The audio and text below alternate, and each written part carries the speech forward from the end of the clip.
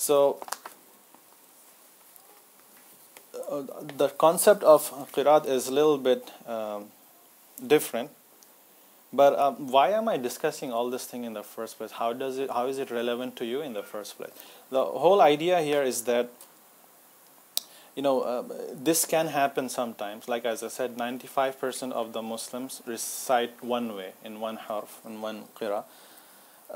It might happen somebody from probably North Africa, where they have probably different recitation or different harf. They come here and recite. We might end up, you know, fighting with him. Quran is so precious to us, and you know, somebody is leading the salah like that, and it sounds very strange. Then, you know, that fights might happen in the masjid. So I want to give a small picture here that there are some variations which are tolerated as long as it conforms to the mushaf of Uthman radiallahu anhu. So we should, whenever we hear something strange recitation, we have to ask, where did you get the recitation from? If he says, I just made it my own because I think that is better, then we have a problem with that. But if he says, okay, this recitation goes back to the recitation of Prophet Muhammad, then we said, okay, we accept it. Even though it's like very new to us, I have some audio clips, and you will see that it's completely different. We don't really hear that very often, inshallah. And but before that, we don't need to know all this different ahruf. You know, one harf is important for us. We should know, and that's what we all learn and all read. We don't need to know all those details. But when we are reading salah, we cannot mix and match the ahruf. We have to stick to one. We can change in the other salah, but within one salah we cannot. So qiraat is a little bit different. What is qiraat? Qiraat, you know, it basically means the recitation of the Quran itself. Within one harf we can have multiple recitations. So all the 7 ahruf will have their own recitations. So it's like, you know, so there can be many possible recitations, right? Because of the 7 ahruf. And even the one recitation that we all read here, even that has a lot of recitations. And I have examples for that one as well. But important thing here to note is that these recitations came again from the Prophet Muhammad sallallahu alaihi wasallam. It didn't come up from people. They didn't say, okay, I like it this way, so I will recite it this way. So it is a way of reciting Quran. That's what Qiraat is all about. It's a way of reciting. If people are differing, then we have to ask, how did you come up with that recitation, right? So this concept, there is one concept called ijaza in our Sharia, where what we do is, whenever we recite something, for example in the field of recitation, we have to get permission, license from a scholar, that okay, you are certified now, you can recite. When you get that permission, you can teach other people, you can you know, recite your own, you lead salah and stick to that. But if you don't have ijaza, you cannot come up with your own. You cannot you know, interpret the way you like. You have to stick to it. So that's how the tradition has been going on, and that's why whenever you see all these great qurra in their houses, they will have like a big frame. They will mention me and my teacher and his teacher, and they'll make a huge list, and maybe like 30-35 chain down at the end. Who is going to be there? What's the last one? Prophet Muhammad sallallahu alaihi wasallam, right? The chain has to reach there. Actually, they also have at the end Allah subhanahu wa ta'ala, because that's how it started, right? Allah subhanahu wa ta'ala gives to Jibreel as-salam gives to Prophet Muhammad sallallahu alaihi wasallam. So that's, everybody has that silsila, that chain. And how do these qiraat differ from each other? They have different tajweed rules, they have different way of pronouncing, they have different way, sometimes there are different words even. That's like really strange for some people, but there are some different words. Examples coming next slide. And how many do we have such qiraats? So actually, if I said before, this 7 ahruf we can have lots and lots of qiraat based on that, but we have preserved 10 qiraat. Till now we have 10 qiraat available. These are called authentic qiraat. So even if you see some scholars, you know, they're like doing their studies in Medina University, for example, they have this college of Qur'anic studies, and they give this degree. In order to get the degree, you have to get ijaza in all the 10 qirats. You have to know that, and then they give you that certificate. Actually, they have 14. 10 is the authentic qirat, and the other 4, they're called the shad qirat. They are used for tafsir, but these are the 10 qirats that you can use to recite in the salah, in the prayer. The other 4 you cannot use, but it is used in some other way for tafsir maybe. So the 10, these 10 authentic qira'at refer back to the 10 famous qari at that time, whenever they started. And each qari had probably 2 rawi, 2 students basically. And rawi had maybe multiple tariqah that we say. So they have this chain. So his student continues it. So whenever you see somebody reciting it, they'll say tariqah of this and rawi of this, and the main qari is this one. So which qari do we all follow? Hafs is rawi. Who is the qari? Asim. Here's the list. It's too small for you, is it? These are the 10 qaris. And in the hyphen I have his students, the rawis. Can you see it? Is it clear? Its first one is Asim. His student Hafs and Asim. He was that became the most famous recitation of all times. 95% throughout the world. So that's the one that we use. And he was actually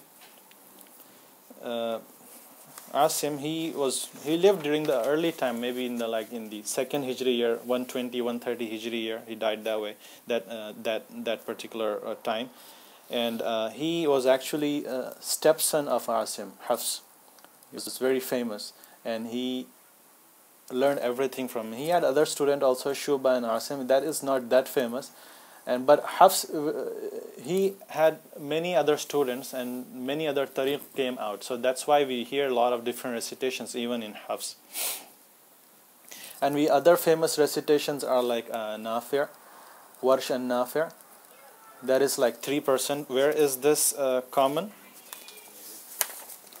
This is common in North Africa, Algeria, Morocco, Tunisia, all that places. That is where this is common, and they have it actually different mushaf even.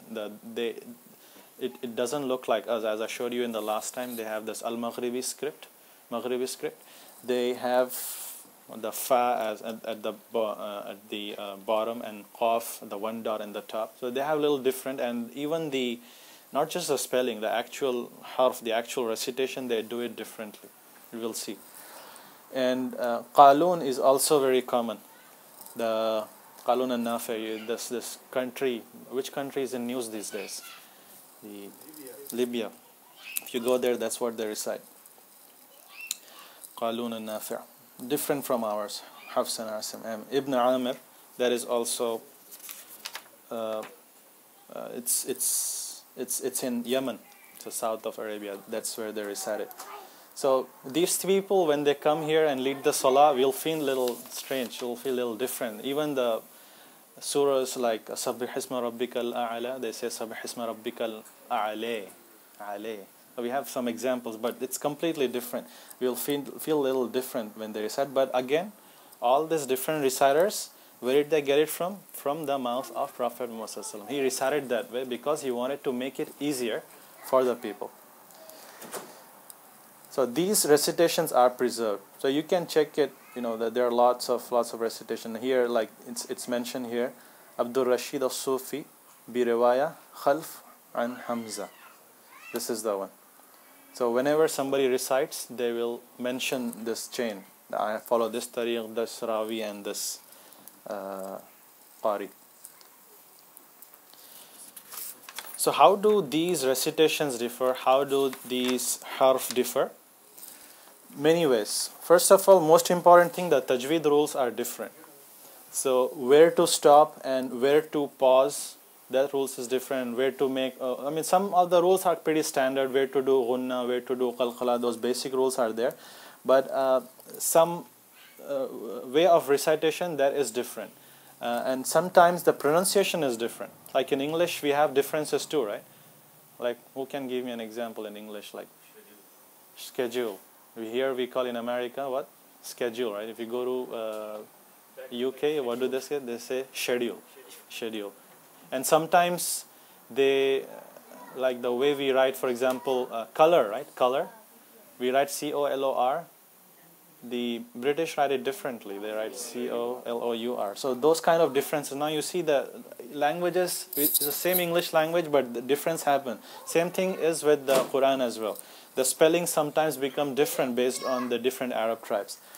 And sometimes tashkil, and as I said before, one reason was that to make it easy for the Arab people, right? That's why this ahruf happened. But the other reason was that Allah subhanahu wa ta'ala wanted to give like an additional meaning. So He changed sometimes the word in certain verse. He added a new word or He substituted with other ones.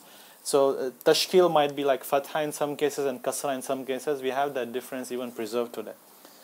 And sometimes a new word would be added, sometimes a new letter would be replaced or added. So we will see examples. And when quickly going over this, sometimes when you have such a difference, the meaning changes. It's not like 180-degree opposite meaning change, but it gives like an additional meaning. Like for example, we will see Malik Yawmiddin and Malik Yawmiddin. It's not the same meaning. One, it means owner, the other means it's king. Kind of little bit similarity, but there is a difference. And sometimes meaning doesn't change, but Allah subhanahu wa ta'ala revealed it differently, probably because to make the easier for the Arab tribes. But all the differences that we have saved till now, all of them are saved in the Uthman's Mus'haf, the copy that was originally made by Uthman. All these changes emerged from him. And sometimes, you know, like you remember, he didn't have any dots in his Mus'haf, right? He didn't have any fatha, kasra. But he purposely, people say that he purposely didn't add it because he wanted to preserve all these different ahruf. Because if he made the tashkil and nuqat and everything, then it will be stick to one harf. So he didn't put it so that these variations can happen. But they knew exactly which one is allowed and which one is not based on the recitation that Sahaba used to do. And so we will see examples. We covered this. Some of the ahruf are preserved through various qiraat. So there is difference here. One harf can have different qiraat. So all these 7 ahruf can have, right now it's 10, maybe 14 is also possible, and there might be some qiraat where we don't know. It is not preserved. Probably because the same reason, we know hadith, sometimes we hear this, something called dhaif hadith, right? Dhaif hadith doesn't mean that you know, it is a wrong hadith or it is a bad hadith or it's not from Prophet Muhammad. It's just that we cannot guarantee that this came from Prophet Muhammad. Basically means that there is a chance that it might have had come from Prophet Muhammad, but the chain is kind of weak. It is not reliable enough, so we can't say for sure. So similarly, same thing happened to the recitation of Quran itself. Some people said that, oh, I have a recitation from Prophet Muhammad, but when we check his chain, there were like some unreliable people, you know, they were there. So we rejected those recitations. We don't have it preserved until this day.